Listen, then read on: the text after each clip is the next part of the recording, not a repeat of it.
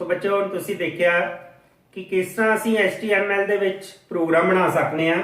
Notepad दे विच असीं programme बनावांगे, internet explorer दे विच उहनूं खोल के देख सकते हैं।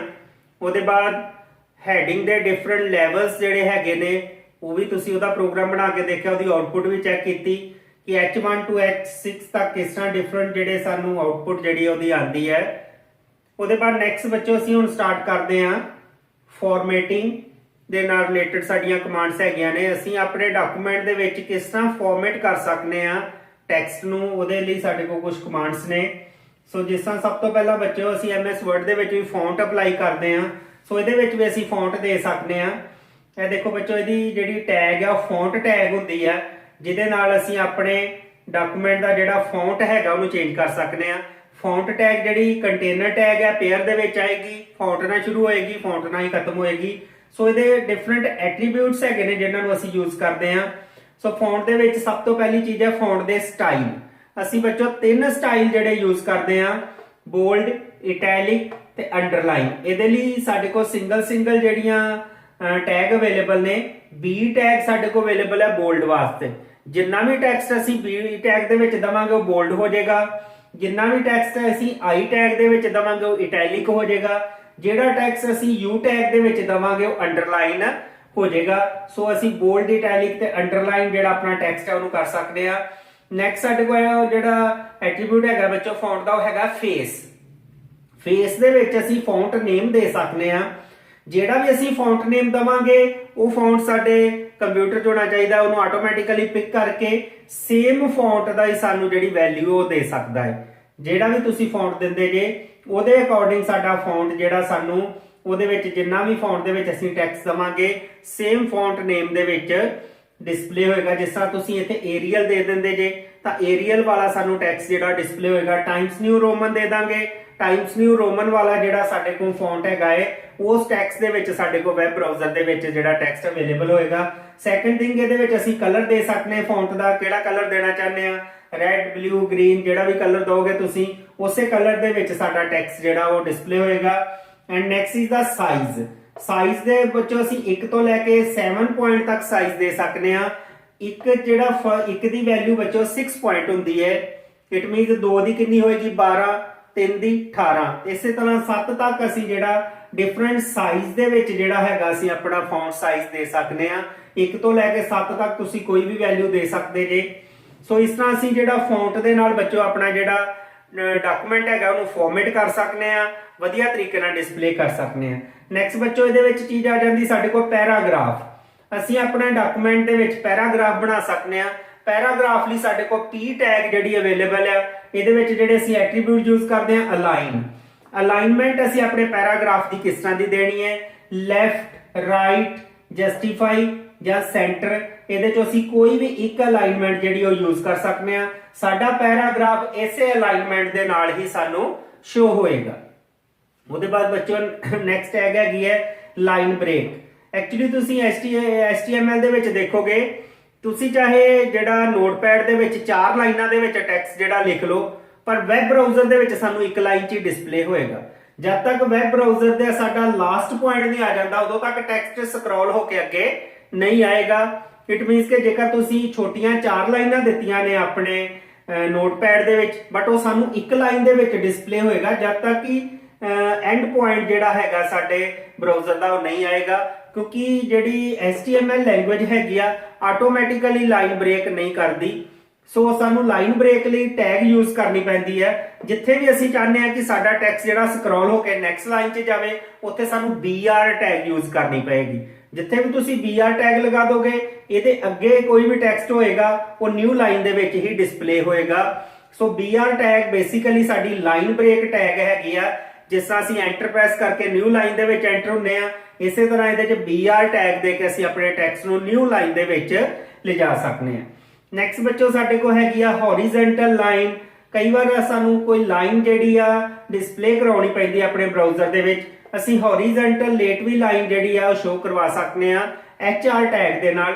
ਇਹਦੇ ਵਿੱਚ ਸਾਡੇ ਕੋਲ ਆਪਸ਼ਨ ਨੇ ਸਾਈਜ਼, ਕਿ ਅਸੀਂ ਲਾਈਨ ਜਿਹੜੀ ਆ ਉਹਦਾ ਸਾਈਜ਼ ਜਿਹੜਾ ਕੀ ਦੇਣਾ ਹੈਗਾ ਉਹ ਸਾਈਜ਼ ਦੇ ਅਕੋਰਡਿੰਗ ਹੀ ਸਾਨੂੰ ਸਾਡੀ ਲਾਈਨ ਜਿਹੜੀ ਉਹ ਡਿਸਪਲੇ ਹੋਏਗੀ। ਸੋ ਉਹਦੇ ਬਾਅਦ ਅਲਾਈਨਮੈਂਟ ਦੇ ਸਕਦੇ ਆ ਕਿ ਜਿਹੜੀ ਅਸੀਂ ਲਾਈਨ ਡਿਸਪਲੇ ਕਰ ਰਹੇ ਹਾਂ, ਜੇਕਰ ਉਹ ਲਾਈਨ ਸਾਡੇ ਬ੍ਰਾਊਜ਼ਰ 'ਚ ਪੂਰੀ ਨਹੀਂ ਤਾਂ ਅਸੀਂ ਉਹਨੂੰ ਲੈਫਟ ਰਾਈਟ ਔਰ ਸੈਂਟਰ ਅਲਾਈਨ ਕਰ ਸਕਦੇ ਹਾਂ।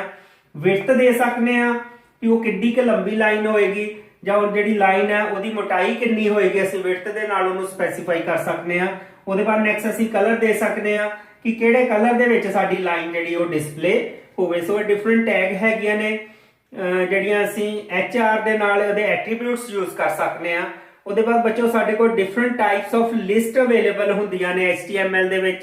ਅਸੀਂ ਨਾਰਮਲ ਵੀ ਲਿਸਟ ਬਣਾਉਂਦੇ ਆ, ਸੋ ਇਹਦੇ ਵਿੱਚ ਵੀ ਅਸੀਂ ਡਿਫਰੈਂਟ ਟਾਈਪ ਦੀਆਂ ਜਿਹੜੀਆਂ ਲਿਸਟ ਆ ਉਹ ਬਣਾ ਸਕਦੇ ਆ।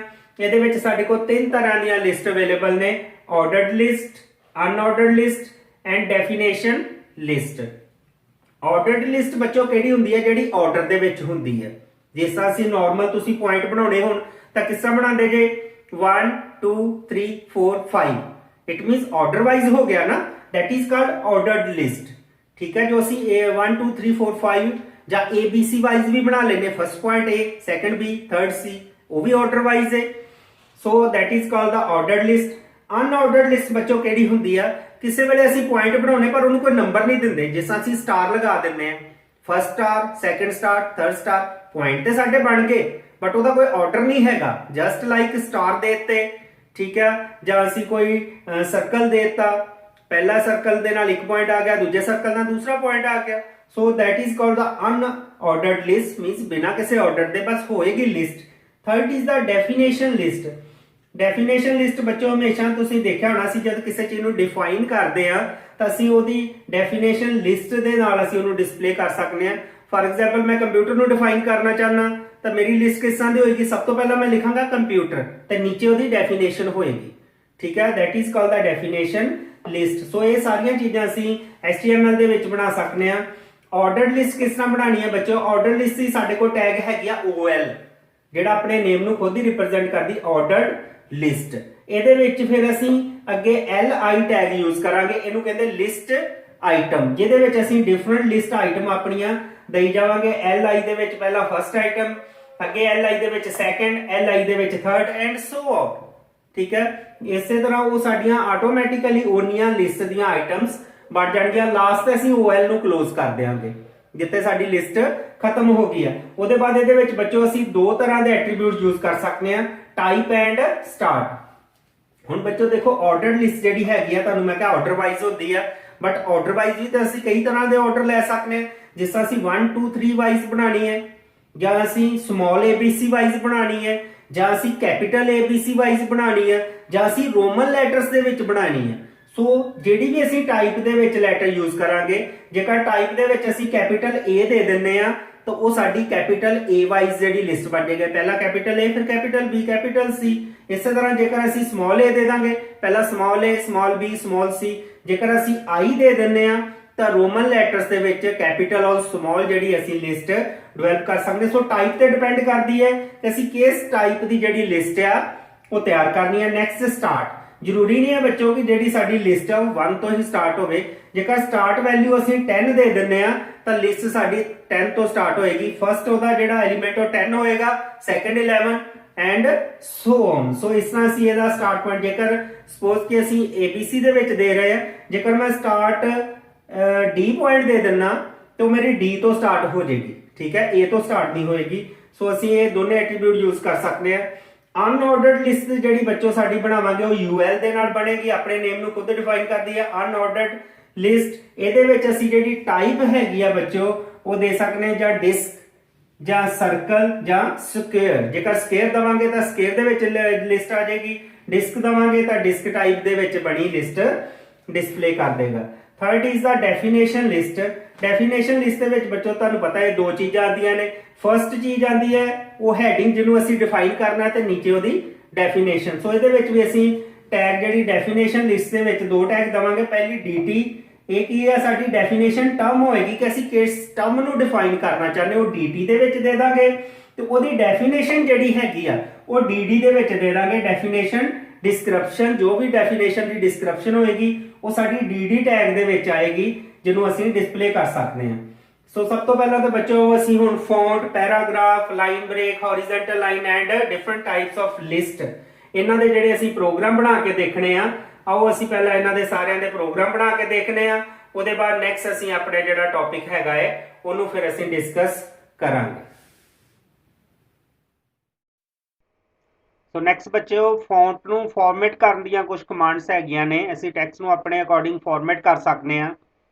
ਸੋ ਉਹਦੇ ਨਾਲ ਰਿਲੇਟਡ ਪ੍ਰੋਗਰਾਮ ਦੇਖਨੇ ਆ। ਦੇਖੋ ਇਹ ਪ੍ਰੋਗਰਾਮ ਹੈਗਾ, ਅਸੀਂ ਆਪਣੇ ਟੈਕਸਟ ਨੂੰ ਬੋਲਡ, ਇਟੈਲਿਕ ਐਂਡ ਅੰਡਰਲਾਈਨ ਕਰ ਸਕਦੇ ਹਾਂ। ਸੋ ਇਹਦੇ ਵਿੱਚ ਦੇਖੋ ਇਹ ਸਾਡਾ ਮੇਨ ਪ੍ਰੋਗਰਾਮ ਹੈਗਾ ਹੈ। ਇਹਦੇ ਵਿੱਚ ਜਿੰਨਾ ਵੀ ਟੈਕਸਟ ਅਸੀਂ B ਦੇ ਵਿੱਚ ਦੇ ਦਾਂਗੇ ਉਹ ਟੈਕਸਟ ਸਾਨੂੰ ਬੋਲਡ ਦਿਖਾਈ ਦੇਗਾ। ਸੋ ਜਿਹੜਾ ਵੀ ਟੈਕਸਟ ਅਸੀਂ I ਦੇ ਵਿੱਚ ਦੇਵਾਂਗੇ ਇਟੈਲਿਕ ਹੋ ਜਾਏਗਾ। ਜਿਹੜਾ ਵੀ ਟੈਕਸਟ U ਦੇ ਅੰਡਰ ਦੇਵਾਂਗੇ ਉਹ ਅੰਡਰਲਾਈਨ ਤਾਂ ਸਾਨੂੰ ਟੈਕਸਟ ਜਿਹੜਾ ਦਿਖਾਈ ਦੇਗਾ। ਸੋ ਇਸ ਪ੍ਰੋਗਰਾਮ ਦੀ ਅਸੀਂ ਆਊਟਪੁੱਟ ਚੈੱਕ ਕਰਦੇ ਹਾਂ।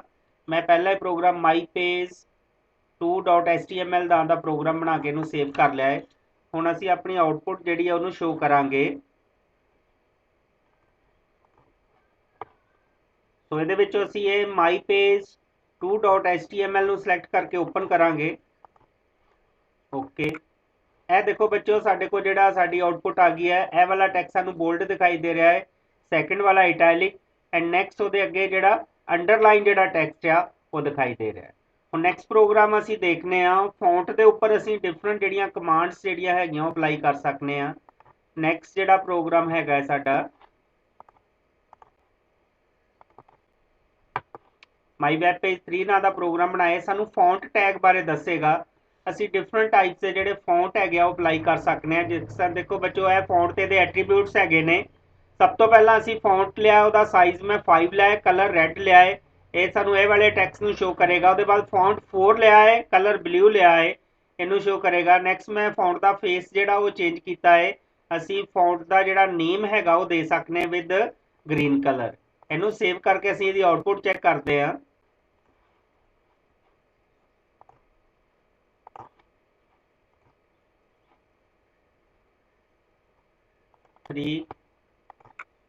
ਇਹ ਦੇਖੋ ਬੱਚੋ ਫਸਟ ਜਿਹੜਾ ਰੈੱਡ ਕਲਰ ਦੇ ਵਿੱਚ ਆ ਗਿਆ ਹੈ ਵਿਦ 5 ਸਾਈਜ਼ ਹੈ। ਦੇਖੋ 4 ਸਾਈਜ਼ ਵਾਲਾ ਥੋੜਾ ਜਿਹਾ ਸਾਈਜ਼ ਘਟ ਗਿਆ ਹੈ ਤੇ ਇਹ ਫੌਂਟ ਚੇਂਜ ਹੈਗਾ, ਨਾਲ ਇਹਦਾ ਕਲਰ ਜਿਹੜਾ ਸਾਨੂੰ ਗ੍ਰੀਨ ਸ਼ੋ ਕਰ ਦਿੱਤਾ ਹੈ। ਸੋ ਇਸ ਤਰ੍ਹਾਂ ਅਸੀਂ ਫੌਂਟ ਦਾ ਜਿਹੜਾ ਡਿਫਰੈਂਟ ਕਲਰਸ ਐਂਡ ਸਾਈਜ਼ ਦੇ ਨਾਲ ਆਪਣਾ ਟੈਕਸਟ ਜਿਹੜਾ ਉਹ ਦੇ ਸਕਨੇ ਆ।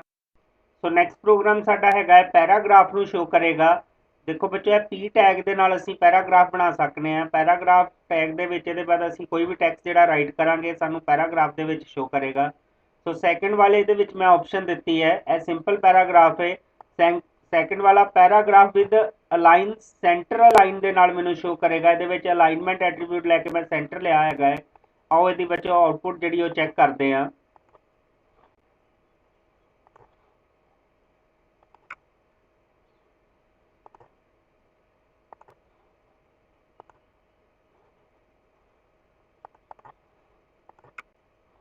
ਇਹ ਦੇਖੋ ਬੱਚੋ ਜਿਹੜਾ ਫਸਟ ਪੈਰਾਗ੍ਰਾਫ ਜਿਹੜਾ ਹੈਗਾ ਹੈ ਇਹ ਸਿੰਪਲ ਪੈਰਾਗ੍ਰਾਫ ਹੈ। ਦੂਸਰਾ ਜਿਹੜਾ ਸੈਂਟਰ ਅਲਾਈਨਡ ਮੈਨੂੰ ਜਿਹੜਾ ਪੈਰਾਗ੍ਰਾਫ ਹੈ ਉਹ ਮਿਲਦਾ ਪਿਆ। ਦੇਖੋ ਆਟੋਮੈਟਿਕਲੀ ਇਹਦੀ ਅਲਾਈਨਮੈਂਟ ਜਿਹੜੀ ਹੈ ਉਹ ਸੈਂਟਰ ਕਰ ਦਿੱਤੀ ਹੈ।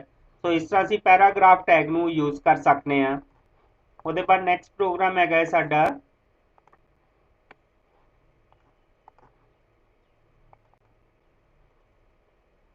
With HR attribute. HR ਦੇ ਨਾਲ ਬੱਚੋ ਹੌਰੀਜ਼ੌਨਟਲ ਲਾਈਨ ਜਿਹੜੀ ਅਸੀਂ ਲਗਾ ਸਕਨੇ ਆ। ਸੋ ਇਹਦੇ ਵਿੱਚ ਇਹ ਦੇਖੋ ਫਸਟ ਜਿਹੜੀ ਹੈਗੀ ਮੈਂ ਨਾਰਮਲ ਹੌਰੀਜ਼ੌਨਟਲ ਲਾਈਨ ਲਗਾਈ ਹੈਗੀ ਆ ਵਿਦ HR ਦੇ ਨਾਲ, ਠੀਕ ਹੈ। ਇਹਦੇ ਵਿੱਚ ਸਿੰਪਲ HR ਐਟਰੀਬਿਊਟ ਦੇ ਦਾਂਗੇ ਤਾਂ ਹੌਰੀਜ਼ੌਨਟਲ ਲਾਈਨ ਆ ਜਾਏਗੀ। ਸੈਕੰਡ ਵਾਲਾ ਜਿਹੜਾ HR with size 30 pixel the line ਜਿਹੜਾ ਡਰਾ ਕਰੇਗਾ। ਨੈਕਸਟ ਦੇ ਵਿੱਚ ਮੈਂ ਉਹਦੀ ਵਿਡਥ ਹੈਗੀ ਆ 1000 ਪੁਆਇੰਟਸ ਦਿੱਤੀ ਹੈ ਤੇ ਅਲਾਈਨਮੈਂਟ ਉਹਦੀ ਰਾਈਟ ਕੀਤੀ ਹੈ। ਸੋ ਇਸ ਤਰ੍ਹਾਂ ਇਹ ਤਿੰਨ ਸਾਡੀਆਂ HR ਦੀਆਂ ਜਿਹੜੀਆਂ ਲਾਈਨ ਸਾਨੂੰ ਹੌਰੀਜ਼ੌਨਟਲ ਲਾਈਨ ਜਿਹੜੀਆਂ ਪ੍ਰਿੰਟ ਕਰਕੇ ਦੇਗਾ। ਆਓ ਇਸ ਪ੍ਰੋਗਰਾਮ ਨੂੰ ਰਨ ਕਰਕੇ ਦੇਖਨੇ ਆ।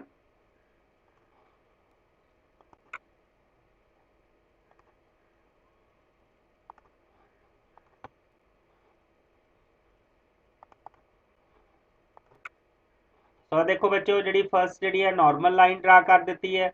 ਸੈਕਿੰਡ ਜਿਹੜੀ ਵਿਦ 30 ਪਿਕਸਲ, ਦੇਖੋ ਬੱਚੋ ਇਹਨੇ 30 ਪਿਕਸਲ ਦੇ ਨਾਲ ਲਾਈਨ ਡਰਾ ਕੀਤੀ ਹੈ। ਉਹਦੇ ਬਾਅਦ ਨੈਕਸਟ ਜਿਹੜੀ ਹੈਗੀ ਉਹਦੀ ਵਿਡਥ ਜਿਹੜੀ ਆ 1000 ਪਿਕਸਲ ਦੇ ਵਿੱਚ ਹੈ, ਬਟ ਉਹ ਰਾਈਟ ਅਲਾਈਨਡ ਹੈ, ਰਾਈਟ ਸਾਈਡ ਦੇ ਵਿੱਚੋਂ ਹੈਗੀ ਹੈ, ਲੈਫਟ ਤੋਂ ਜਿਹੜੀ ਕੱਟੀ ਗਈ ਹੈ ਕਿਉਂਕਿ ਇਹਦੇ ਪਿਕਸਲ ਜਿਹੜੇ ਪੂਰੀ ਸਕਰੀਨ ਦੇ ਨਾਲੋਂ ਘੱਟ ਸੀਗੇ। ਸੋ 1000 ਪਿਕਸਲ ਦੇ ਨਾਲ ਇਹਨੂੰ ਡਰਾ ਕੀਤਾ ਹੈਗਾ ਹੈ। ਸੋ ਇਹ ਸਾਡਾ ਹੌਰੀਜ਼ੈਂਟਲ ਲਾਈਨ ਦਾ ਪ੍ਰੋਗਰਾਮ ਹੈ। HR ਦੇ ਨਾਲ ਸਿੰਪਲ ਅਸੀਂ ਜਿਹੜੀ ਕੋਈ ਵੀ ਹੌਰੀਜ਼ੈਂਟਲ ਲਾਈਨ ਜਿਹੜੀ ਹੈਗੀ ਆ ਉਹਨੂੰ ਡਰਾ ਕਰ ਸਕਦੇ ਆ। ਸੋ ਨੈਕਸਟ ਪ੍ਰੋਗਰਾਮ ਹੈਗਾ ਬੱਚੋ ਲਿਸਟ ਦਾ। HTML ਦੇ ਵਿੱਚ ਅਸੀਂ ਡਿਫਰੈਂਟ ਟਾਈਪਸ ਆਫ ਜਿਹੜੀਆਂ ਲਿਸਟ ਆ ਉਹ ਬਣਾ ਸਕਦੇ ਆ। ਇਹ ਸਾਰਾ ਪ੍ਰੋਗਰਾਮ ਉਹਦੇ ਬਾਰੇ ਹੀ ਹੈ। ਤਿੰਨ ਤਰ੍ਹਾਂ ਦੀਆਂ ਲਿਸਟ ਅਸੀਂ ਬਣਾ ਸਕਦੇ ਆ, ordered list, unordered list and definition list. Ordered list ਜਿਹੜੀ ਆ ਵਿਦ ਨੰਬਰਸ ਦੇ ਨਾਲ ਹੁੰਦੀ ਹੈ, ਜਾਂ 1 2 3 4 ਹੋਏਗੀ, ABCD ਹੋਏਗੀ, ਜਾਂ ਰੋਮਨਸ ਲੈਟਰਸ ਦੇ ਵਿੱਚ ਹੋਏਗੀ। ਸੋ ਇਹ ਦੇਖੋ ਬੱਚੋ ਫਸਟ ਸਾਡਾ ਹੈਗਾ ਹੈ ਆਰਡਰਡ ਲਿਸਟ ਦਾ ਪ੍ਰੋਗਰਾਮ। ਇਹਦੇ ਵਿੱਚ OL ਦੇ ਨਾਲ ਸਾਡੀ ਲਿਸਟ ਸਟਾਰਟ ਹੋਏਗੀ, LI ਨਾਲ ਅਸੀਂ ਉਹਦੀਆਂ ਆਈਟਮਸ ਦੇਵਾਂਗੇ। ਦੂਸਰੀ ਹੈਗੀ ਅਨਆਰਡਰਡ ਲਿਸਟ, ਜਿਹੜੀ ਸਿੰਪਲ ਸਾਡੀ ਲਿਸਟ ਹੁੰਦੀ ਹੈ। ਅਨਆਰਡਰਡ ਲਿਸਟ ਜਿਹੜੀ UL ਦੇ ਨਾਲ ਸਟਾਰਟ ਹੁੰਦੀ ਹੈ, LI ਦੇ ਨਾਲ ਅਸੀਂ ਇਹਦੀਆਂ ਆਈਟਮਸ ਦਿੰਨੇ ਆ। ਉਹਦੇ ਬਾਅਦ ਨੈਕਸਟ ਅਸੀਂ ਇਹਦੇ ਵਿੱਚ ਹੀ ਲਿਆ ਹੈ ordered list with type attribute. ਇਹਦੇ ਵਿੱਚ ਅਸੀਂ ਟਾਈਪ I ਲਿਆ, ਇਹਦਾ ਮੀਨਸ ਕਿ ਰੋਮਨ ਲੈਟਰਸ ਦੇ ਵਿੱਚ ਸਾਨੂੰ ਲਿਸਟ ਜਿਹੜੀ ਆ ਸ਼ੋ ਕਰੇਗਾ। ਸੋ ਨੈਕਸਟ ਜਿਹੜੀ ਅਨਆਰਡਰਡ ਲਿਸਟ ਆ ਉਹਦੇ ਵਿੱਚ ਅਸੀਂ ਉਹਦੀ ਟਾਈਪ ਸਕੁਅਰ ਲਈ ਆ, ਸਕੁਅਰ ਦੇ ਵਿੱਚ ਸਾਨੂੰ ਜਿਹੜੀ ਆ ਲਿਸਟ ਆ ਉਹ ਸ਼ੋ ਕਰੇਗਾ। ਲਾਸਟ ਫਿਰ ਡੈਫੀਨੇਸ਼ਨ ਲਿਸਟ ਅਸੀਂ ਬਣਾ ਸਕਦੇ ਆ। ਸੋ ਡੈਫੀਨੇਸ਼ਨ ਲਿਸਟ ਬੱਚੋ DL ਦੇ ਨਾਲ ਬਣਦੀ ਹੈ, ਜਿਸ ਤਰ੍ਹਾਂ ਕੰਪਿਊਟਰ ਦੀ ਅਸੀਂ ਡੈਫੀਨੇਸ਼ਨ ਬਣਾਈ ਆ। DT ਸਾਡਾ ਜਿਹੜਾ ਹੈਡਿੰਗ ਹੋਏਗਾ ਤੇ DD ਉਹਦੀ ਡਿਸਕ੍ਰਿਪਸ਼ਨ ਹੋਏਗੀ। ਆਓ ਅਸੀਂ ਇਸ ਪ੍ਰੋਗਰਾਮ ਨੂੰ ਚਲਾ ਕੇ ਦੇਖਦੇ ਹਾਂ ਕਿ ਇਹਦੀ ਆਉਟਪੁੱਟ ਕਿਸ ਤਰ੍ਹਾਂ ਦੀ ਆਏਗੀ ਸਾਡੀ। ਸੋ ਮੈਂ ਇਹਦੇ 'ਚ ਪ੍ਰੋਗਰਾਮ ਓਪਨ ਕੀਤਾ ਹੀ, ਇਹਨੂੰ ਰੀਫਰੈਸ਼ ਕਰ ਲੈਂਦੇ ਹਾਂ। ਸੋ ਇਹ ਦੇਖੋ ਬੱਚਿਓ ਸਭ ਤੋਂ ਪਹਿਲਾਂ ਕੀ ਆ, ਆਰਡਰ ਲਿਸਟ ਬਣ ਗਈ ਹੈ 1 2 3 ਸਿੰਪਲ। ਉਹਦੇ ਬਾਅਦ ਅਨਆਰਡਰ ਲਿਸਟ ਬਣ ਗਈ ਹੈ। Order list with type attributes ਅਸੀਂ I ਲਿਆ ਸੀਗਾ, ਸੋ ਉਹਨੇ ਉਹਦੇ ਵਿੱਚ ਰੋਮਨਸ ਦੇ ਵਿੱਚ ਸਾਨੂੰ ਦੇ ਦਿੱਤੀ ਹੈ ਲਿਸਟ। ਸੈਕੰਡ ਦੇ ਵਿੱਚ ਅਸੀਂ ਟਾਈਪ ਐਟਰੀਬਿਊਟ ਉਹਦਾ ਸਕੁਅਰ ਲਿਆ ਸੀਗਾ, ਸਕੁਅਰ ਦੇ ਵਿੱਚ ਆ ਗਈ ਹੈ। ਲਾਸਟ ਸਾਡੇ ਕੋਲ ਡੈਫੀਨੇਸ਼ਨ ਲਿਸਟ, ਦੇਖੋ ਬੱਚੋ ਆਟੋਮੈਟਿਕਲੀ ਡੈਫੀਨੇਸ਼ਨ ਟਾਈਪ ਜਿਹੜੀ ਸਾਨੂੰ ਬਣਾ ਦਿੰਦਾ ਹੈ। ਸੋ ਇਹ ਡਿਫਰੈਂਟ ਟਾਈਪਸ ਦੀਆਂ ਜਿਹੜੀਆਂ ਲਿਸਟ ਹੈਗੀਆਂ ਨੇ, ਇਹਨਾਂ ਦਾ ਅਸੀਂ ਪ੍ਰੋਗਰਾਮ ਬਣਾ ਕੇ ਸ਼ੋ ਕਰ ਸਕਦੇ ਹਾਂ, ਜਾਂ ਕਿਸੇ ਕਿਸਮ ਦੀ ਵੀ ਜਿਹੜੀ ਲਿਸਟ ਆ ਇਹਨਾਂ ਡਿਫਰੈਂਟ ਸਾਡੀਆਂ ਟੈਗਸ ਨੂੰ ਅਸੀਂ ਯੂਜ਼ ਕਰਕੇ ਬਣਾ ਸਕਦੇ। ਸੋ ਬੱਚੋ ਹੁਣ ਤੁਸੀਂ ਦੇਖਿਆ ਕਿ ਕਿਸ ਤਰ੍ਹਾਂ ਫੌਂਟ ਦੇ ਅਸੀਂ ਪ੍ਰੋਗਰਾਮ, ਪੈਰਾਗ੍ਰਾਫ ਦੇ, ਲਾਈਨ ਬ੍ਰੇਕ ਦੇ, ਹੌਰੀਜ਼ੈਂਟਲ ਲਾਈਨ ਦੇ, ਠੀਕ ਹੈ, ਸਾਰੇ ਅਸੀਂ ਪ੍ਰੋਗਰਾਮ ਬਣਾ ਕੇ ਦੇਖੇ। ਮੈਂ ਆਸ ਕਰਦਾ ਕਿ HTML ਬੜੀ ਸੌਖੀ ਲੈਂਗੁਏਜ ਹੈ ਬੱਚਿਓ। ਅਸੀਂ ਸਿੰਪਲ ਟੈਕਸਟ ਹੀ ਲਿਖਣਾ ਹੈ, ਉਹ ਵੀ ਟੈਗ ਦੇ ਵਿੱਚ ਜਿਸ ਤਰ੍ਹਾਂ ਦੀ ਟੈਗ ਦੇਵਾਂਗੇ ਉਸੇ ਤਰ੍ਹਾਂ ਦੇ ਸਾਨੂੰ ਰਿਜ਼ਲਟਸ ਮਿਲਣਗੇ। ਈਜ਼ੀਲੀ ਅਸੀਂ ਵੈਬ ਪੇਜ ਜਿਹੜੇ ਡਿਜ਼ਾਈਨ ਕਰ ਸਕਦੇ ਆ। ਬਹੁਤ ਸੌਖੀ ਲੈਂਗੁਏਜ ਹੈਗੀ ਆ ਵੈਬ ਪੇਜ ਡਿਜ਼ਾਈਨ ਵਾਸਤੇ, ਠੀਕ ਹੈ। ਇਹਦੇ ਵਿੱਚ ਤੁਸੀਂ ਹੋਰ ਵੀ ਕਈ ਤਰ੍ਹਾਂ ਦੀਆਂ ਜਿਹੜੇ ਆਈਟਮਸ ਅਸੀਂ ਯੂਜ਼ ਕਰਾਂਗੇ ਉਹਨਾਂ ਨੂੰ ਦੇਖਾਂਗੇ। ਨੈਕਸਟ ਬੱਚੋ ਇਹਦੇ ਵਿੱਚ ਹੈਗੀ ਆ ਇਮੇਜ। ਅਸੀਂ ਆਪਣੇ ਡਾਕੂਮੈਂਟ ਦੇ ਵਿੱਚ ਕੋਈ ਇਮੇਜ ਵੀ ਇਨਸਰਟ ਕਰ ਸਕਦੇ ਆ। ਉਹ ਕਿਸੇ ਕਿਸਮ ਦੀ ਕੋਈ ਪਿਕਚਰ ਜਿਹੜੀ ਸਾਡੇ ਕੰਪਿਊਟਰ ਦੇ ਵਿੱਚ ਅਵੇਲੇਬਲ ਆ ਉਹਨੂੰ ਅਸੀਂ ਦੇ ਸਕਦੇ ਆ। ਇਮੇਜ ਦੇ ਨਾਲ ਅਸੀਂ ਟੈਗ ਜਿਹੜੀਆਂ ਯੂਜ਼ ਕਰਾਂਗੇ SRC। ਸਭ ਤੋਂ ਪਹਿਲਾ ਟੈਗ ਹੋਏਗੀ SRC। SRC ਦਾ ਮੀਨਸ ਹੈਗਾ ਸੋਰਸ। ਸੋਰਸ ਮੀਨਸ ਕਿ ਉਹ ਪਿਕਚਰ ਕਿਹੜੀ ਹੈਗੀ, ਉਹਦਾ ਨੇਮ ਕੀ ਹੈਗਾ ਪਿਕਚਰ ਦਾ, ਜਿਹੜੀ ਤੁਸੀਂ ਆਪਣੇ ਡਾਕੂਮੈਂਟ ਦੇ ਵਿੱਚ ਐਡ ਕਰਨੀ ਚਾਹੁੰਦੇ ਜੇ। SRC ਦੇ ਵਿੱਚ ਅਸੀਂ ਆਪਣੀ ਪਿਕਚਰ ਦਾ ਪੂਰਾ ਪਾਥ ਦੇਵਾਂਗੇ, ਜਿੱਥੇ ਵੀ ਉਹ ਪਈ ਹੈਗੀ ਆ ਫਿਰ ਹੀ ਉਹ ਡਿਸਪਲੇ ਹੋਏਗੀ। ਜੇਕਰ ਤੁਹਾਨੂੰ ਪਾਥ ਦੇਣਾ ਨਹੀਂ ਆਂਦਾ ਤਾਂ ਮੈਂ ਆਪਣੀ ਵੀਡੀਓ ਦੇ ਵਿੱਚ ਵੀ ਬੱਚੋ ਦੱਸਿਆ, ਪ੍ਰੈਕਟੀਕਲ ਦੇ ਵਿੱਚ ਵੀ, ਤਾਂ ਤੁਸੀਂ ਸਿੰਪਲ ਕੀ ਕਰੋ ਕਿ ਜਿੱਥੇ ਤੁਸੀਂ ਪ੍ਰੋਗਰਾਮ ਸੇਵ ਕੀਤਾ ਹੈ ਸੇਮ ਲੋਕੇਸ਼ਨ ਦੇ ਉੱਪਰ ਤੁਸੀਂ ਆਪਣੀ ਜਿਹੜੀ ਪਿਕਚਰ ਨੂੰ ਕਾਪੀ ਕਰ ਲਓ, ਕਾਪੀ ਪੇਸਟ ਕਰ ਲਓ, ਤਾਂ ਫਿਰ ਤੁਹਾਨੂੰ ਪਾਥ ਦੇਣ ਦੀ ਜ਼ਰੂਰਤ ਨਹੀਂ ਹੋਏਗੀ। ਸਿੰਪਲ ਤੁਸੀਂ ਪਿਕਚਰ ਦਾ ਨੇਮ ਦਿਓਗੇ ਤਾਂ ਉਹ ਐਡ ਹੋ ਜਾਏਗੀ ਤੁਹਾਡੇ ਡਾਕੂਮੈਂਟ ਦੇ ਵਿੱਚ। SRC ਦੇ ਵਿੱਚ ਅਸੀਂ ਪਿਕਚਰ ਦਾ ਨੇਮ ਦੇ ਸਕਦੇ, ਸੋਰਸ ਦੇ ਸਕਦੇ। ਉਹਦੇ ਬਾਅਦ ਸਾਡੇ ਕੋਲ ਨੈਕਸਟ ਟੈਗ ਹੁੰਦੀ ਹੈ ALT। ALT ਸਾਡੇ ਕੋਲ ਅਲਟਰਨੇਟ ਟੈਗ ਹੁੰਦੀ ਆ ਕਿ ਜੇਕਰ ਇਮੇਜ ਦੇ ਇਲਾਵਾ ਅਸੀਂ ਕਿਹੜਾ ਟੈਕਸਟ ਸ਼ੋ ਕਰਨਾ ਚਾਹੁੰਦੇ ਆ। ਜਦੋਂ ਵੀ ਅਸੀਂ ਆਪਣਾ ਮਾਊਸ ਪੁਆਇੰਟਰ ਬੱਚਿਓ ਪੁਆਇੰਟ ਕਰਾਂਗੇ ਉਸ ਪਿਕਚਰ ਦੇ ਉੱਪਰ, ਜਿਹੜਾ ਅਸੀਂ ALT ਦੇ ਵਿੱਚ ਟੈਕਸਟ ਦਿੱਤਾ ਹੋਏਗਾ ਉਹ ਸਾਨੂੰ ਟੈਕਸਟ ਜਿਹੜਾ ਡਿਸਪਲੇ ਹੋ ਜਾਏਗਾ। ਜਦੋਂ ਵੀ ਸਾਡਾ ਮਾਊਸ ਪੁਆਇੰਟਰ ਉਸ ਪਾਰਟਿਕੂਲਰ ਪਿਕਚਰ ਦੇ ਉੱਪਰ ਜਾਏਗਾ, ਜੋ ਵੀ ਅਸੀਂ ALT ਦੇ ਵਿੱਚ ਟੈਕਸਟ ਦਵਾਂਗੇ ਉਹ ਸਾਨੂੰ ਉਹਦੇ ਵਿੱਚ ਡਿਸਪਲੇ ਹੋਵੇਗਾ। ਉਹਦੇ ਬਾਅਦ ਬੱਚੋ ਅਸੀਂ ਆਪਣੀ picture the width and height ਦੇ ਸਕਦੇ ਆ ਕਿ ਕਿੰਨੇ ਕ ਸਾਈਜ਼ ਦੇ ਵਿੱਚ ਸਾਡੀ ਜਿਹੜੀ ਪਿਕਚਰ ਸ਼ੋ ਹੋਵੇ। ਤੁਸੀਂ ਇਹ ਸਮਾਲ ਸਾਈਜ਼ ਵੀ ਸ਼ੋ ਕਰ ਸਕਦੇ ਜੇ ਜਾਂ ਵੱਡੇ ਸਾਈਜ਼ 'ਚ ਸ਼ੋ ਕਰ ਸਕਦੇ ਜੇ। ਇਹਦੇ 'ਚ ਬੱਚੋ ਜਾਂ ਤਾਂ ਅਸੀਂ ਪਿਕਸਲ ਦਵਾਂਗੇ ਜਾਂ ਪਰਸੈਂਟੇਜ ਦਵਾਂਗੇ ਸਕਰੀਨ ਦੀ। ਜੇਕਰ ਅਸੀਂ 50% ਦਿੰਨੇ ਆ, 50% ਦਾ ਮੀਨਸ ਕੀ ਹੈਗਾ ਹੈ ਕਿ 50% ਆਫ ਸਕਰੀਨ ਦਾ ਜਿਹੜਾ ਹਿੱਸਾ ਉਹ ਯੂਜ਼ ਹੋਏਗਾ। ਸੋ ਇਸ ਤਰ੍ਹਾਂ ਅਸੀਂ ਵਿਡਥ ਐਂਡ ਹਾਈਟ ਜਿਹੜੀ ਦੇ ਸਕਦੇ ਆ। Last is the alignment. Alignment ਅਸੀਂ ਦੇ ਸਕਦੇ ਹਾਂ ਪਿਕਚਰ ਦੀ ਕਿ ਜਿਹੜੀ ਅਸੀਂ ਪਿਕਚਰ ਸ਼ੋ ਕਰਾਣੀ ਉਹ ਲੈਫਟ ਸਾਈਡ ਤੇ ਆਵੇ, ਰਾਈਟ ਸਾਈਡ ਤੇ ਆਵੇ ਜਾਂ ਸੈਂਟਰ ਦੇ ਵਿੱਚ ਆਵੇ। ਇਸ ਤਰ੍ਹਾਂ ਡਿਫਰੈਂਟ ਟਾਈਪਸ ਦੀਆਂ ਜਿਹੜੀਆਂ ਸਾਡੇ ਕੋਲ ਅਲਾਈਨਮੈਂਟਸ ਹੈਗੀਆਂ ਨੇ ਉਹ ਅਸੀਂ ਦੇ ਸਕਦੇ ਹਾਂ। ਉਹਦੇ ਬਾਅਦ ਬੱਚੋ ਨੈਕਸਟ ਸਾਡੇ ਕੋਲ ਆ ਜਾਂਦੀ ਹੈ ਜਿਹੜੀ tag that is the table. ਅਸੀਂ ਟੇਬਲ ਬਣਾ ਸਕਨੇ ਆ। ਟੇਬਲ ਤੁਹਾਨੂੰ ਬੱਚੋ ਪਤਾ ਹੀ ਆ, ਰੋ ਅਤੇ ਕਾਲਮਸ ਦੇ ਸੁਮੇਲ ਦੇ ਨਾਲ ਸਾਡੇ ਕੋਲ ਟੇਬਲ ਬਣਦਾ ਹੈ। ਅਸੀਂ ਕੋਈ ਵੀ ਇਨਫੋਰਮੇਸ਼ਨ ਟੇਬਲ ਦੇ ਵਿੱਚ ਬੜੇ ਵਧੀਆ ਤਰੀਕੇ ਨਾਲ ਸ਼ੋ ਕਰ ਸਕਨੇ ਆ। ਆਲਮੋਸਟ ਜਿਹੜੀ ਵੀ ਕੋਈ ਇਨਫੋਰਮੇਸ਼ਨ ਜ਼ਿਆਦਾ ਹੁੰਦੀ ਹੈ ਸਾਨੂੰ ਟੇਬਲਸ ਦੇ ਵਿੱਚ ਹੀ ਅਵੇਲੇਬਲ ਹੁੰਦੀ ਹੈ। ਸੋ ਟੇਬਲ ਬਣਾਉਣ ਲਈ ਬੱਚਿਓ ਸਭ ਤੋਂ ਪਹਿਲਾਂ ਅਸੀਂ ਟੇਬਲ ਟੈਗ ਦਵਾਂਗੇ। ਟੇਬਲ ਦੇ ਵਿੱਚ ਅੱਗੇ ਫਿਰ ਉਹਦੀਆਂ ਸਬ ਟੈਗ ਹੁੰਦੀਆਂ ਨੇ। ਇਹਦੇ ਵਿੱਚ ਸਭ ਤੋਂ ਪਹਿਲਾਂ TH ਦਵਾਂਗੇ। TH is the table heading. ਠੀਕ ਆ, ਜਿਹੜਾ ਸਾਡਾ ਕੋਈ ਵੀ ਟੇਬਲ ਹੁੰਦਾ ਏ ਉਹਦੇ ਉੱਪਰ ਅਸੀਂ ਸਭ ਤੋਂ ਪਹਿਲਾਂ ਟੇਬਲ ਦੀ ਜਿਹੜੀ ਫਰਸਟ ਰੋ ਹੁੰਦੀ ਹੈ that is called table heading. ਜਿਸ ਤਰ੍ਹਾਂ ਅਸੀਂ ਦੇਤਾ ਰੋਲ ਨੰਬਰ, ਨੇਮ। ਹੁਣ ਰੋਲ ਨੰਬਰ ਐਂਡ ਨੇਮ ਕੀ ਨੇ? ਸਾਡੇ ਹੈਡਿੰਗ ਨੇ। ਰੋਲ ਨੰਬਰ ਦੇ ਨੀਚੇ ਅਸੀਂ ਰੋਲ ਨੰਬਰ ਲਿਖ ਦਾਂਗੇ, ਨੇਮ ਦੇ ਨੀਚੇ ਅਸੀਂ ਨੇਮ ਲਿਖ ਦਾਂਗੇ। ਸੋ ਜਿਹੜੀ ਫਰਸਟ ਚੀਜ਼ ਰੋਲ ਨੰਬਰ ਐਂਡ ਨੇਮ ਲਿਖਣੀ ਆ ਉਹ ਅਸੀਂ TH ਦੇ ਟੈਗ ਦੇ ਨਾਲ ਦਵਾਂਗੇ, ਟੇਬਲ ਹੈਡਿੰਗ ਨਾਲ। ਬਾਕੀ ਜਿਹੜਾ ਸਾਡੀਆਂ ਨੈਕਸਟ ਰੋ ਹੋਣਗੀਆਂ TR ਦੇ ਨਾਲ ਰੋ ਡਿਫਾਈਨ ਕਰਾਂਗੇ ਤੇ ਉਹਦੇ ਵਿੱਚ ਜਿਹੜਾ ਡਾਟਾ ਦਵਾਂਗੇ ਉਹ TD ਟੈਗ ਦੇ ਨਾਲ ਦਵਾਂਗੇ। TH ਦੇ ਨਾਲ ਸਾਡਾ ਜਿਹੜਾ ਹੈਡਿੰਗ ਆਂਦਾ ਹੈ ਤੇ TD ਦੇ ਨਾਲ ਸਾਡਾ ਡਾਟਾ ਆਂਦਾ ਹੈ, ਉਹਨੂੰ ਅਸੀਂ ਸ਼ੋ ਕਰ ਸਕਦੇ ਹਾਂ।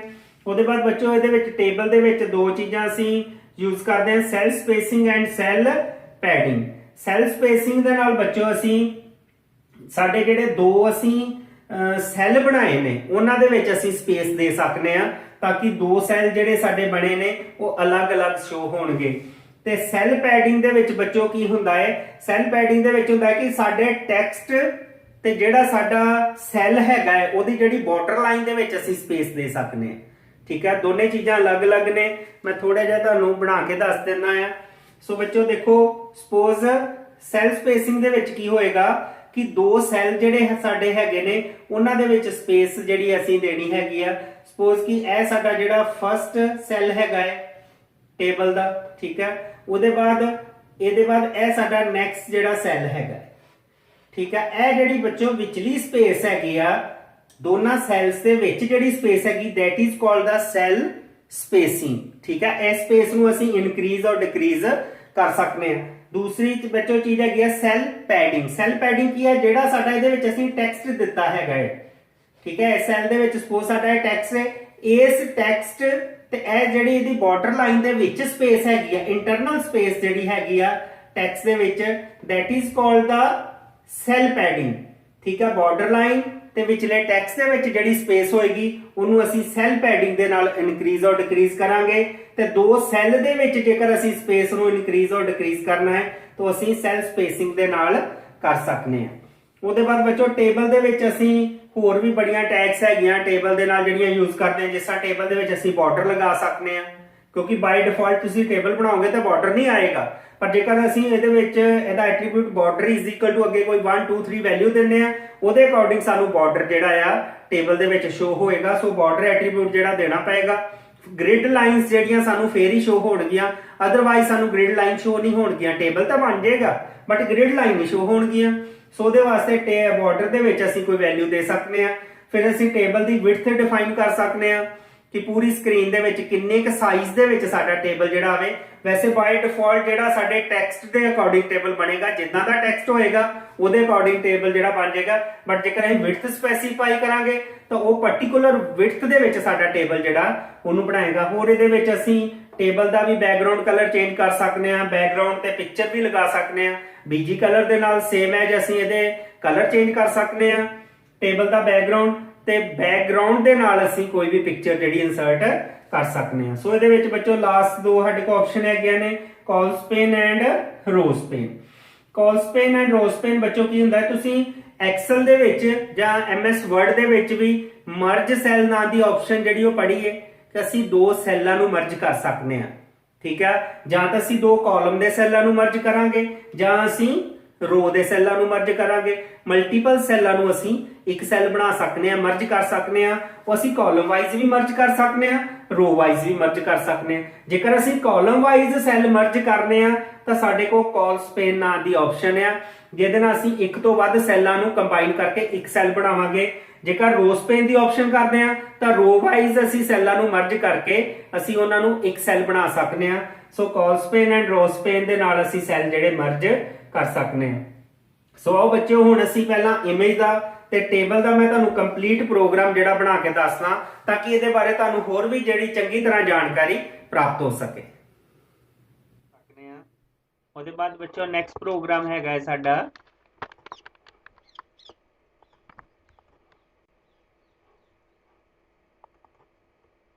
ਹਾਂਜੀ ਇਮੇਜ ਦਾ। ਅਸੀਂ ਡਿਫਰੈਂਟ ਟਾਈਪਸ ਦੀਆਂ ਇਮੇਜ ਜਿਹੜੀਆਂ ਹੈਗੀਆਂ ਨੇ ਇਹਦੇ ਵਿੱਚ ਐਡ ਕਰ ਸਕਦੇ ਹਾਂ।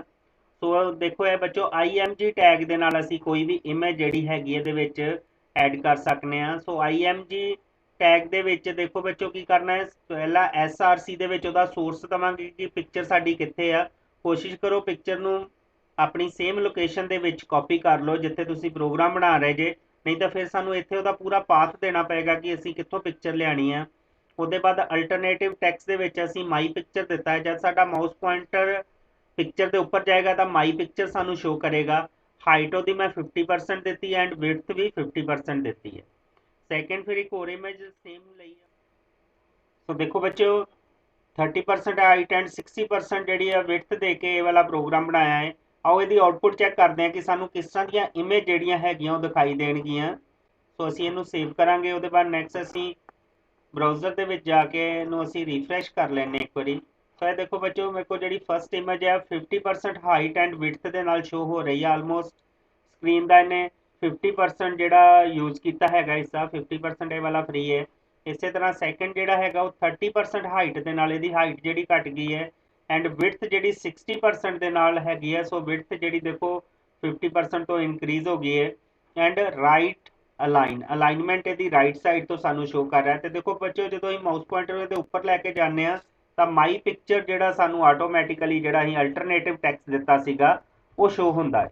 ਸੋ ਇਸ ਤਰ੍ਹਾਂ ਇਹ ਪਿਕਚਰ ਦਾ ਅਸੀਂ ਇਮੇਜ ਦੇ ਡਿਫਰੈਂਟ ਪ੍ਰੋਗਰਾਮ ਬਣਾ ਸਕਦੇ ਹਾਂ। ਉਹਦੇ ਬਾਅਦ ਅਸੀਂ ਨੈਕਸਟ ਪ੍ਰੋਗਰਾਮ ਜਿਹੜਾ ਆਪਣਾ ਦੇਖਦੇ ਹਾਂ। ਨੈਕਸਟ ਪ੍ਰੋਗਰਾਮ ਸਾਡੇ ਅਸੀਂ ਟੇਬਲ ਦਾ ਪ੍ਰੋਗਰਾਮ ਬਣਾ ਕੇ ਦੇਖਾਂਗੇ। ਸੋ ਪਤਾ ਹੈ ਸਾਨੂੰ HTML ਦੇ ਵਿੱਚ ਅਸੀਂ ਡਿਫਰੈਂਟ ਟਾਈਪਸ ਦੇ ਜਿਹੜੇ ਹੈਗੇ ਆ ਉਹ ਟੇਬਲ ਬਣਾ ਸਕਦੇ ਹਾਂ। ਸੋ ਦੇਖੋ ਬੱਚਿਓ ਪਹਿਲਾ ਪ੍ਰੋਗਰਾਮ ਸਿੰਪਲ ਹੈਗਾ ਟੇਬਲ ਦਾ ਪ੍ਰੋਗਰਾਮ। ਇਹਦੇ ਵਿੱਚ ਸਭ ਤੋਂ ਪਹਿਲੀ ਟੈਗ ਸਾਡੀ ਟੇਬਲ ਹੋਏਗੀ, ਸੈਕੰਡ ਫਿਰ ਟੇਬਲ ਰੋ ਹੋਏਗੀ। ਇਹ ਸਾਡੀ ਫਸਟ ਰੋ ਹੈਗੀ ਹੈ। ਫਸਟ ਰੋ ਕਿਹਦੀ ਹੈਗੀ ਹੈ, ਟੇਬਲ ਹੈਡਿੰਗ ਦੀ। TH ਦੇ ਨਾਲ ਅਸੀਂ ਹੈਡਿੰਗ ਬਣਾਵਾਂਗੇ। ਫਸਟ ਸਾਡਾ ਹੈਡਿੰਗ ਆਏਗਾ ਰੋਲ ਨੰਬਰ, ਸੈਕੰਡ ਸਾਡਾ ਹੈਡਿੰਗ ਆਏਗਾ ਨੇਮ। ਜਿਹੜੀ ਟੈਗ ਓਪਨ ਹੋਏਗੀ ਉਹਨੂੰ ਅਸੀਂ ਕਲੋਜ਼ ਵੀ ਕਰਾਂਗੇ। ਉਹਦੇ ਬਾਅਦ ਫਿਰ ਸੈਕੰਡ ਰੋ ਅਸੀਂ ਕ੍ਰੀਏਟ ਕਰਾਂਗੇ। ਇਹ ਸਾਡੀ ਰੋ ਡਾਟੇ ਦੀ ਹੋਏਗੀ ਜਿਹਦੇ ਵਿੱਚ ਫਸਟ ਡਾਟਾ ਜਿਹੜਾ ਹੈਗਾ ਰੋਲ ਨੰਬਰ ਦੇ ਅੰਡਰ 101 ਆਏਗਾ, ਨੇਮ ਦੇ ਅੰਡਰ ਮਨਦੀਪ ਸਿੰਘ ਨੇਮ ਆਏਗਾ। ਉਹਦੇ ਬਾਅਦ ਸੈਕੰਡ ਰੋ ਅਸੀਂ ਕ੍ਰੀਏਟ ਕਰਾਂਗੇ। ਸੈਕੰਡ ਰੋ ਜਿਹੜੀ ਹੈਗੀ ਆ ਰੋਲ ਨੰਬਰ ਦੇ ਅੰਡਰ ਸਾਡਾ 101 ਆਏਗਾ ਡਾਟੇ ਦਾ ਐਂਡ ਨੇਮ ਦੇ ਅੰਦਰ ਡਾਟਾ ਸਾਡਾ ਕੁਲਦੀਪ ਸਿੰਘ ਆਏਗਾ। ਉਹਦੇ ਬਾਅਦ ਥਰਡ ਰੋ ਅਸੀਂ ਕ੍ਰੀਏਟ ਕਰਾਂਗੇ। ਥਰਡ ਰੋ ਦੇ ਵਿੱਚ ਰੋਲ ਨੰਬਰ ਦੇ ਅੰਡਰ 103 ਐਂਡ ਨੇਮ ਦੇ ਅੰਡਰ ਮਨਜੋਤ ਸਿੰਘ ਆਏਗਾ। ਇਸ ਤਰ੍ਹਾਂ ਇਹ ਸਾਡਾ ਟੇਬਲ ਕ੍ਰੀਏਟ ਹੋਏਗਾ ਵਿਦ ਹੈਡਿੰਗ। ਇਹਦੀਆਂ 4 ਰੋਜ਼ ਹੋਣਗੀਆਂ ਐਂਡ 2 ਕਾਲਮਸ ਹੋਣਗੇ। ਅਸੀਂ ਇਸ ਟੇਬਲ ਨੂੰ ਜਿਹੜਾ ਹੈਗਾ ਹੈ ਓਪਨ ਕਰਕੇ ਦੇਖਾਂਗੇ। ਸੋ ਉਹਦੇ ਬਾਅਦ ਸੈਕੰਡ ਆਪਸ਼ਨ ਲਈ ਹੈ ਮੈਂ table the border colour and colour ਲਿਆ ਹੈਗਾ। ਦੇਖੋ ਇਹਦੇ 'ਚ ਮੈਂ ਬਾਰਡਰ 2 ਲਿਆ ਹੈ, ਬਿਜ਼ੀ ਕਲਰ ਬਲੂ ਲਿਆ। ਇਹਦਾ ਮਤਲਬ ਬਾਰਡਰ 2 ਐਂਡ ਕਲਰ ਬਲੂ ਦੇ ਨਾਲ ਸ਼ੋ ਕਰੇਗਾ, ਬਾਕੀ ਟੇਬਲ ਸੇਮ ਹੀ ਹੈਗਾ ਹੈ। ਉਹਦੇ ਬਾਅਦ ਨੈਕਸਟ ਮੈਂ ਇਹਦੀ ਵਿਡਥ ਐਂਡ ਅਲਾਈਨਮੈਂਟ ਲਈ ਹੈਗੀ ਹੈ। ਵਿਡਥ ਮੈਂ ਇਹਦੀ 50% ਲਈ ਹੈ ਤੇ ਅਲਾਈਨਮੈਂਟ ਇਹਦੀ ਸੈਂਟਰ ਲਈ ਹੈ। ਸੋ ਇਹ ਬਾਕੀ ਟੇਬਲ ਸੇਮ ਹੈ। ਸਾਨੂੰ ਇਹ border 2 width 50% and alignment centre ਦੇ ਨਾਲ ਸ਼ੋ ਕਰੇਗਾ। ਉਹਦੇ ਬਾਅਦ ਨੈਕਸਟ ਦੇ ਵਿੱਚ ਮੈਂ ਸੈੱਲ ਸਪੇਸਿੰਗ ਜਿਹੜੀ 22 ਲਈ ਹੈ।